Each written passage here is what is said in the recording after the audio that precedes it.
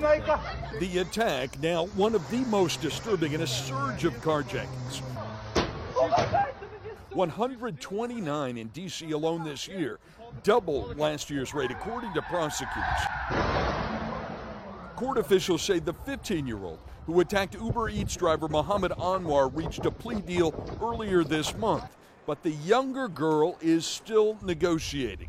The attack was brutal, but at a hearing today, the 13-year-old sat quietly in a detention facility and said nothing when her father told her he loved her.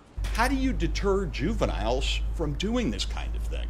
Outside federal court in Greenbelt, a new task force of state and federal prosecutors and police departments from across the region unveiled a new plan to make carjackers pay. We must and we will hold young people accountable for their actions. Maryland's acting U.S. attorney said carjackers who may have thought they could get away with it by fleeing across state lines are now instead facing federal charges that could send them to prison for even longer. He pointed to the federal case against a crew of 4 young people who allegedly committed a violent spree of 21 armed robberies and carjackings across the region early this year. That is multiple armed carjackings and robberies in multiple jurisdictions in one charging document against these defendants, and that will send a message.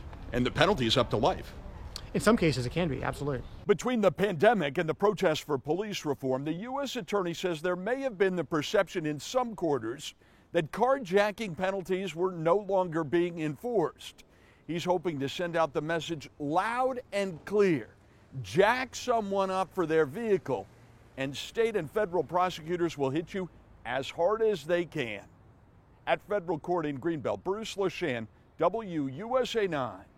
And we took a deep dive into the number of reported carjackings in our region in a WUSA 9 special report. There have been more than 200 cases in the D.C. area between January and April, and we didn't even have half that number last year. Most have been in D.C. and Prince George's County, but what's really alarming police officers is the number of teens and young children carrying out these crimes. D.C. Police Chief Robert Contee told us some are doing it just for the thrill, a joyride, and to post on social media. For that full report, we have it posted for you on our website, WUSA9.com.